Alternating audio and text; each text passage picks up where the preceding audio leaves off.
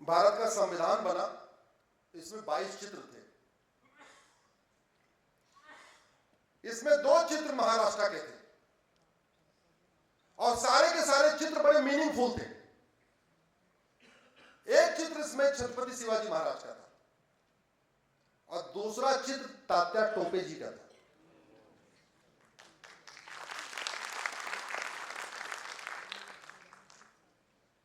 धोखा क्या हुआ आप लोगों को बताना चाहता हूं और मैं चाहता हूं कि आप लोग 5000 फेसबुक फ्रेंड बनाइए। हर परिवार में 2-2, 3-3 लोग, 4-4 लोग फेसबुक फ्रेंड बना के ऐसे जो भारत के साथ धोखा हुआ उसको लिखिए। मेरे आने की सार्थकता और आपके यहां आने की सार्थकता तब बैठेगी जब आप इन विषयों को आगे और बढ़ाएंगे। चैप्टर 15 इलेक्शन से रिलेटेड है, तो चैप्टर 15 पे संविधान निर्माताओं ने 2 लोगों का चित्र रखा। एक रखा छत्रपति शिवाजी महाराज का, दूसरा रखा गुरु गोविंद सिंह जी का। क्यों रखा? क्योंकि पॉलिटिकल पार्टियां चैप्टर 15 से बनती हैं। हम लोगों को जो वोटिंग का अधिकार मिला है वो कहां से मिला है? चैप्टर 15 से। सारा का सारा इलेक्शन सिस्टम कहां से गवर्न होता है? चैप्टर 15 से। ये जो chief election commissioner, election commissioner, पूरा का पूरा इलेक्शन कमीशन का जो डिपार्टमेंट है ये कहां से चलता है? चैप्टर 15 से। तो संविधान निर्माताओं ने कहा चूंकि देश स्वतंत्र हो रहा है, हम डेमोक्रेसी में जा रहे हैं, लोकतंत्र यहां रहेगा, तो पॉलिटिकल पार्टियां किस एजेंडे के साथ बढ़ेंगी? तो उन्होंने कहा काम करो 2 लोगों का, 2 महापुरुषों का चित्र रखो, छत्रपति शिवाजी महाराज का और गुरु गोविंद सिंह, कि सभी पॉलिटिकल पार्टियां छत्रपति शिवाजी महाराज और गुरु गोविंद सिंह जी के आदर्शों को आगे बढ़ाएंगी, इसलिए चित्र रखा गया। हम लोगों का जो वोटिंग का अधिकार मिला तो उसके पीछे ये थॉट प्रोसेस था, हम लोग वोट देने के पहले ये देखेंगे कि कौन सी पॉलिटिकल पार्टी छत्रपति शिवाजी महाराज और गुरु गोविंद सिंह जी के आदर्शों के सबसे करीब है। लेकिन कितना बड़ा धोखा हुआ कि सारे के सारे चित्र ही निकाल दिए। और सबसे बड़ा धोखा तो तात्या टोपे जी के साथ हुआ। रानी लक्ष्मीबाई जी के साथ तात्या टोपे जी की फोटो, क्योंकि शिवाजी महाराज के साथ गुरु गोविंद सिंह जी की फोटो। क्यों? क्योंकि दोनों लोग किसके खिलाफ लड़ रहे थे? मुगलों के। और झांसी की रानी के साथ तात्या टोपे की फोटो, क्योंकि दोनों किसके खिलाफ लड़ रहे थे? अंग्रेजों के। जानते हैं बेशर्मों ने तात्या टोपे को टीपू सुल्तान डिक्लेयर कर दिया।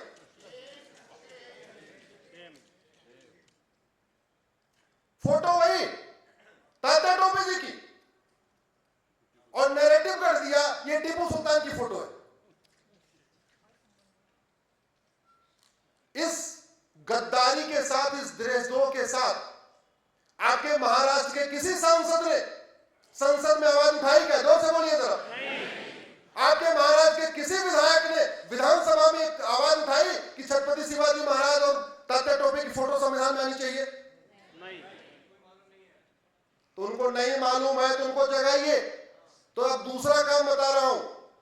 पहला तो बताया 5000 फेसबुक फ्रेंड बनाना, दूसरा ये काम साप्ताहिक रूप से मिलना, रविवार के सप्ताह में 1 बार मिलना। और कहां मिलना? या तो कहीं मंदिर पे मिलना या सांसद विधायक के घर पे मिलना। चाय पानी किधर लेना? जोर से बोलिए जरा।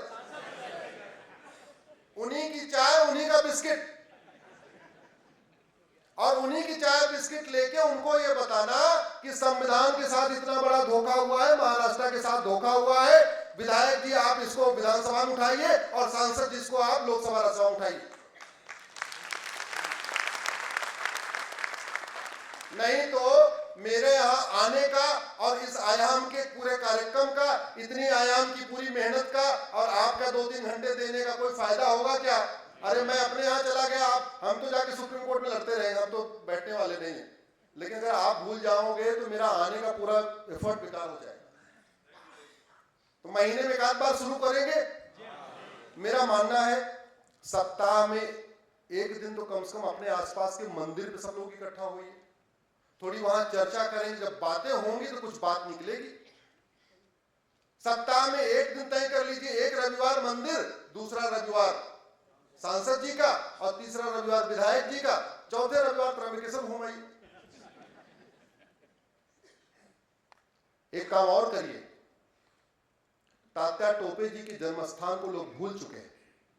मैं आयाम संस्था से आग्रह करता हूं, आप यहां बैठे हुए सभी, यहां बहुत सारे वरिष्ठ लोग हैं, सबसे आग्रह करता हूं, हमें येवला जो उनकी जन्मभूमि है उसके लिए क्या करना है, कैसे करना है, वहां पे क्या व्यवस्था करनी है, उसको हमें एक तीर्थ स्थल के रूप में विकसित करना चाहिए। मैं गया नहीं हूं, मैं अपनी गलती मानता हूं, मैंने तात्या टोपे जी की जन्मभूमि देखी नहीं है, मुझे जाने का वहां अवसर नहीं मिला। हाँ, लेकिन अगर येवला के लोग कभी मुझे बुलाएंगे तो मैं जरूर जाऊंगा, दौड़ते हुए जाऊंगा वहां पे।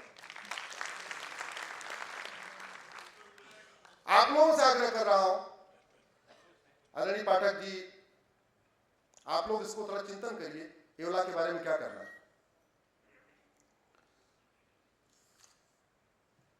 और इसकी आवाज उठनी चाहिए। अच्छा, एक चीज आप सोचिए, अगर भारत के संविधान के सारे चित्र रहे होते, राम लक्ष्मण सीता की फोटो, कृष्ण अर्जुन को उपदेश दे रहे हैं, भगवान महावीर हैं इसमें, गौतम बुद्ध इसमें है, छत्रपति शिवाजी महाराज है, तात्या टोपे है,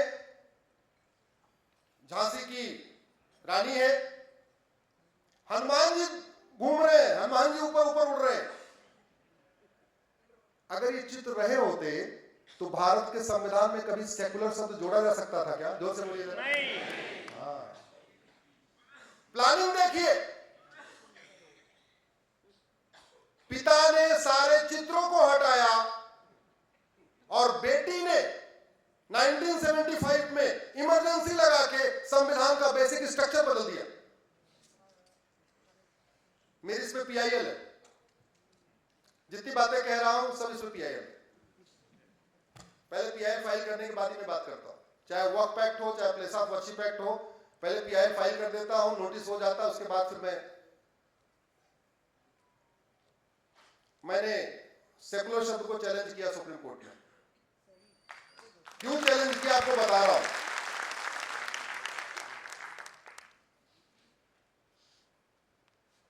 18 मार्च 1976 को लोकसभा का टेन्योर पूरा हो गया। क्या, चलिए थोड़ा आपको और पहले से बताता हूं। जून 75 में 12 जून 75 को हाईकोर्ट का फैसला आया कि इंदिरा गांधी की जो ये संसदीय है ये अवैध है, इन्होंने फ्रॉड किया है, इन्होंने चीटिंग किया है, इन्होंने बहुत माल प्रैक्टिस किया है, इन्होंने बहुत बूथ कैप्चरिंग कराया है, इसलिए इनकी संसद की सदस्यता खत्म की जाती है। अगले दिन सुप्रीम कोर्ट में पिटीशन फाइल हुई 13 जून को, एक हफ्ते तक सुनवाई वगैरह चली। 24 जून 1975 को सुप्रीम कोर्ट का फैसला आया। सुप्रीम कोर्ट ने कहा ठीक है, हम हाई कोर्ट के फैसले को स्टे कर रहे हैं, आपकी जो संसद की सदस्यता हाई कोर्ट ने खत्म किया है हम उसको रोक रहे हैं, लेकिन सारी कंडीशन वो डाली जो कुछ दिन पहले अरविंद केजरीवाल को जमानत देते समय डाली गई थी। कंडीशन क्या डाली सुप्रीम कोर्ट ने? आप प्रधानमंत्री कार्यालय नहीं जाएंगी, आप कोई कैबिनेट की बैठक नहीं बुलाएंगी, आप प्रधानमंत्री पद का जो वेतन भत्ता होता वो नहीं लेंगी, आप सांसद बनी रहेंगी लेकिन प्रधानमंत्री के रूप में कोई काम नहीं करेंगी, ना ऑफिस जाएंगी, ना वेतन लेंगी, ना किसी फाइल पे साइन करेंगी, कुछ भी नहीं करेंगी। जैसे कुछ दिन पहले अरविंद केजरीवाल को कहा था ना, ठीक हम जमानत दे रहे हैं कि मुख्यमंत्री कार्यालय मत जाना, उनको थोड़ी शर्म आई, उन्होंने मुख्यमंत्री पद से इस्तीफा दिया। लेकिन वो इतनी बेशर्म थी, 24 जून को सुप्रीम कोर्ट का फैसला आता है कि प्रधानमंत्री कार्यालय नहीं जाना, कोई काम नहीं करना, और 24 जून की रात को राष्ट्रपति से कह के 25 जून को क्या लगवा दिया? इमरजेंसी। ढूंढ ढूंढ के सारे लोगों को जेल में डाल दिया। संविधान संशोधन किया कि राष्ट्रपति और प्रधानमंत्री का जो इलेक्शन है ये सुप्रीम कोर्ट के समीक्षा के दायरे से बाहर है। एक और संविधान संशोधन किया, अगर प्रधानमंत्री के खिलाफ कोई केस चल रहा है सुप्रीम कोर्ट सुन ही नहीं सकता। ऐसे 3-4 संविधान संशोधन कर डाले। देश में राष्ट्रपति शासन लगा हुआ है, सारे विपक्ष के नेता जेल में हैं, जो जेल में नहीं है बेचारे अंडरग्राउंड है। मीडिया का बिजली पानी का कनेक्शन कटा हुआ है। एक अखबार का तो बिजली पानी का कनेक्शन काट दिया तो वो पानी बाल्टी भर भर के लाते थे पीने के लिए और जनरेटर चला के रात को अखबार छापते थे। चलो ये भी समझ में आ रही बात, ठीक है भाई तुमने ये भी कर लिया। तो 18 मार्च 1976 को तो लोकसभा का टेन्योर भी पूरा हो गया 5 साल का, और लोकसभा को विल ऑफ द पीपल कहते हैं क्योंकि जनता के डायरेक्ट चुने हुए लोग होते हैं।